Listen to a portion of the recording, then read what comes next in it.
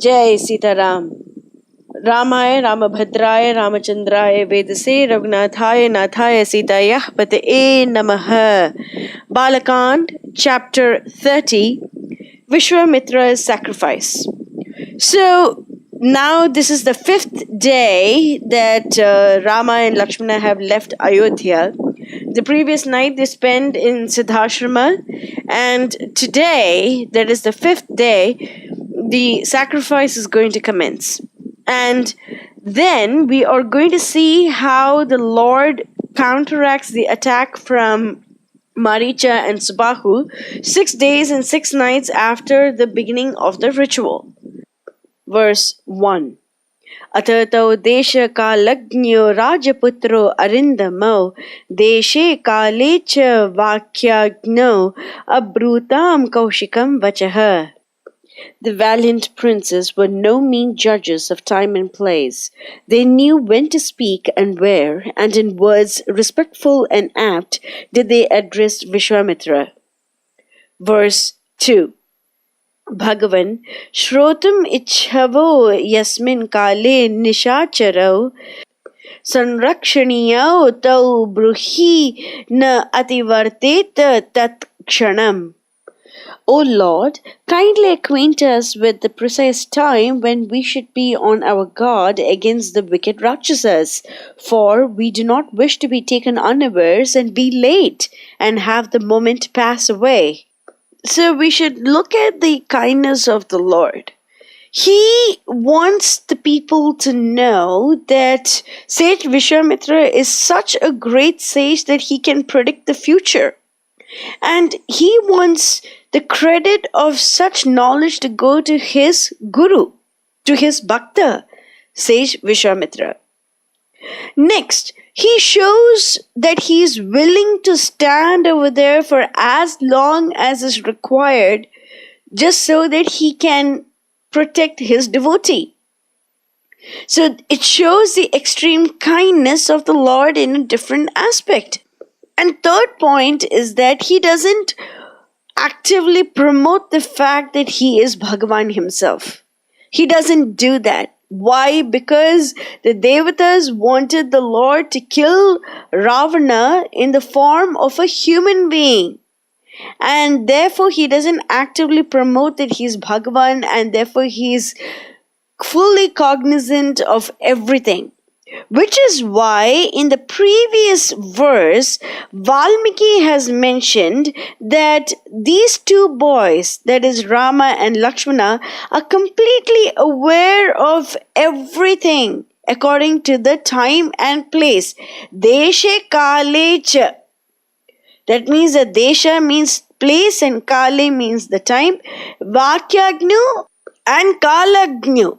How to speak properly, how to be there in the proper situation, everything they know. And even before the war has commenced, Sage Valmiki calls them as Arindamo, the one who can subjugate the enemy. And yet we see some extreme humility on the part of Rama to ask Visvamitra to tell him when exactly the rakshasas are going to arrive, so that he can be prepared and he can protect Visvamitra's yajna. Verse 3. Evam bruvano kakutstau tvaramano yuyutsaya sarvete muniya pritaha prashashamsur nripatmajau. The assembled sages there were loud in their praises of the heroic brothers and the martial ardor that characterized their words and actions. Verse 4. Adya prabhriti shata ratrim rakshatam raghava yuvam diksham gato hi yesha munir maunitvam cha gamishyati.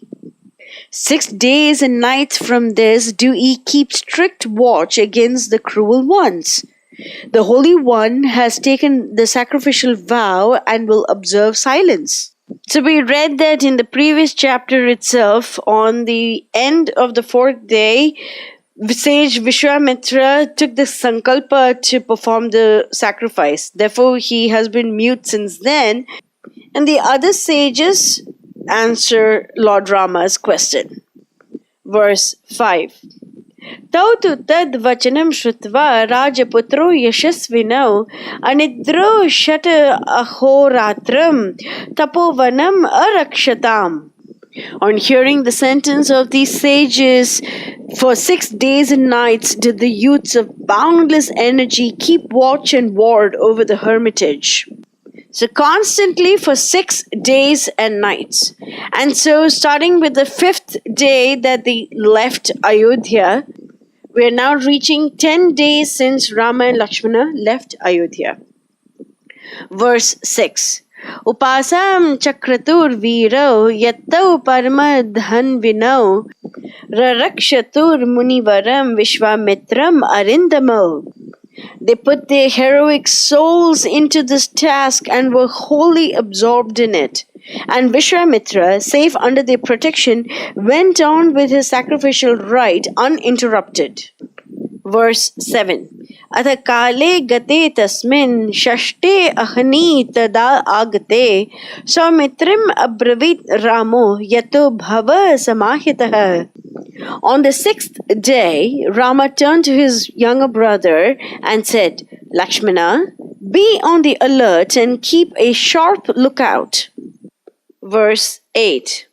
Ramasya evam bruvanasmi tvaritasya yuyutsaya prajajvala tato vedahi sa upadhyaya purohita.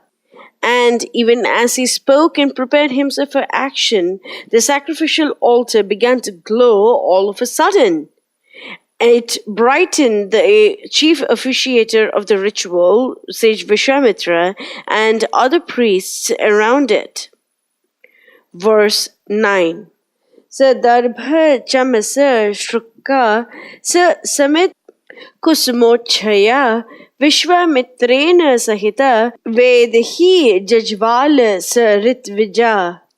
Lovely flowers were scattered over it, and the utensils of sacrifice, spoons, ladles, pots, pans, fuel sticks, and the sacred grass. Vishwamitra was conducting the rite grim and silent, while the advaryus and the priests assisted him therein. Verse 10.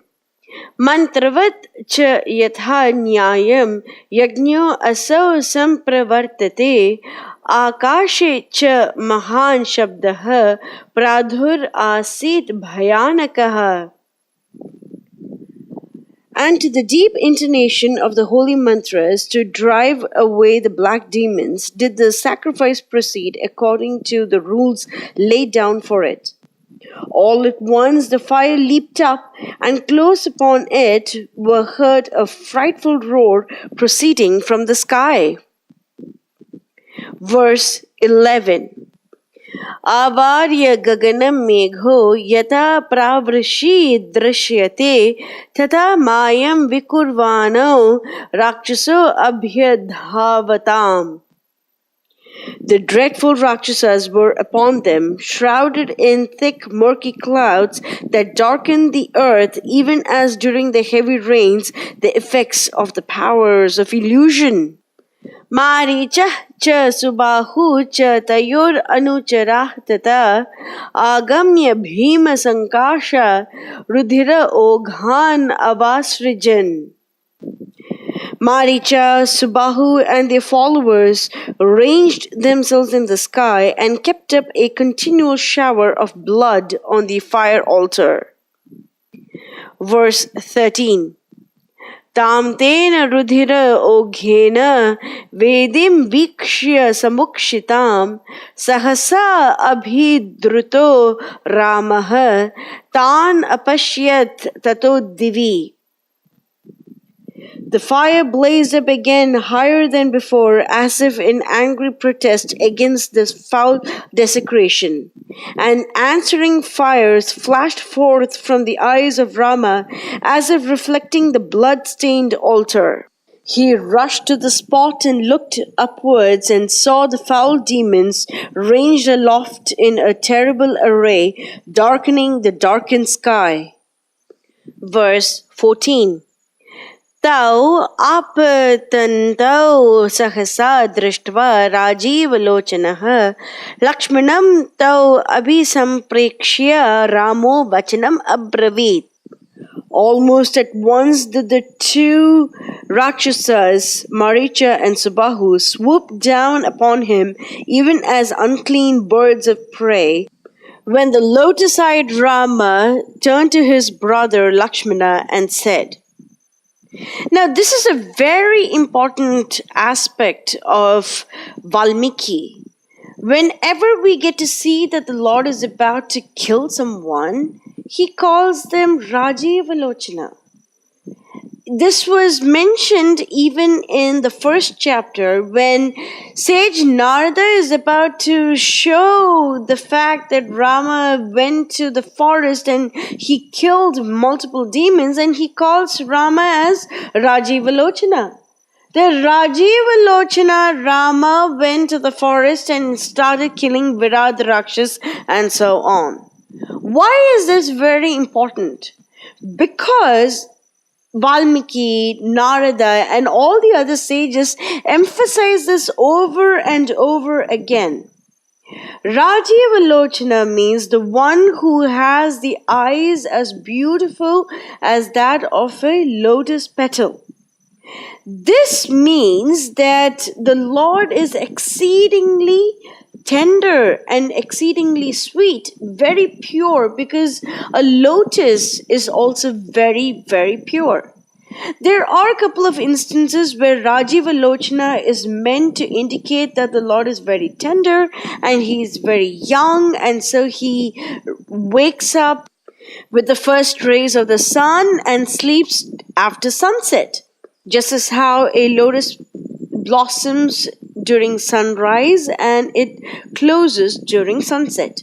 But over here, in this instant, it is not meant to indicate the youth of the Lord. It is meant to indicate the compassionate nature of the Lord. The Lord is very compassionate that even when he kills a demon, he is showing his compassion. The Lord's ferocious nature that is employed during the killing of a particular demon is also showing his beautiful, tender, compassionate nature as well. How is this possible? Because there is no contradiction in the Lord. Every contradiction is accounted for in the Lord. This is the meaning of being absolute. Being absolute means that one activity does not exclude a particular quality. Everything is included. Everything is cohesive. Everything is one huge cohesive unit. This is the meaning of being absolute. Therefore, the Lord, when he kills a demon, he shows his compassion. That compassionate nature is mentioned in Rajivalochana. And we are now seeing things through Rama's point of view. So Rama is seeing Subahu and Marica swoop down at the altar, and Rama is rushing towards them, and we are seeing Subahu and Marica through Rama's beautiful lotus petal-like eyes. This is the second meaning of putting in Rajivalochana in this particular verse. So everything that Valmiki writes has got a very important meaning. It has a very important purpose. Valmiki does not write anything frivolously. We will look at what Rama had to say to Lakshmana and how does he protect the sacrificial right of Visvamitra in the next section. Jai Sita Ram.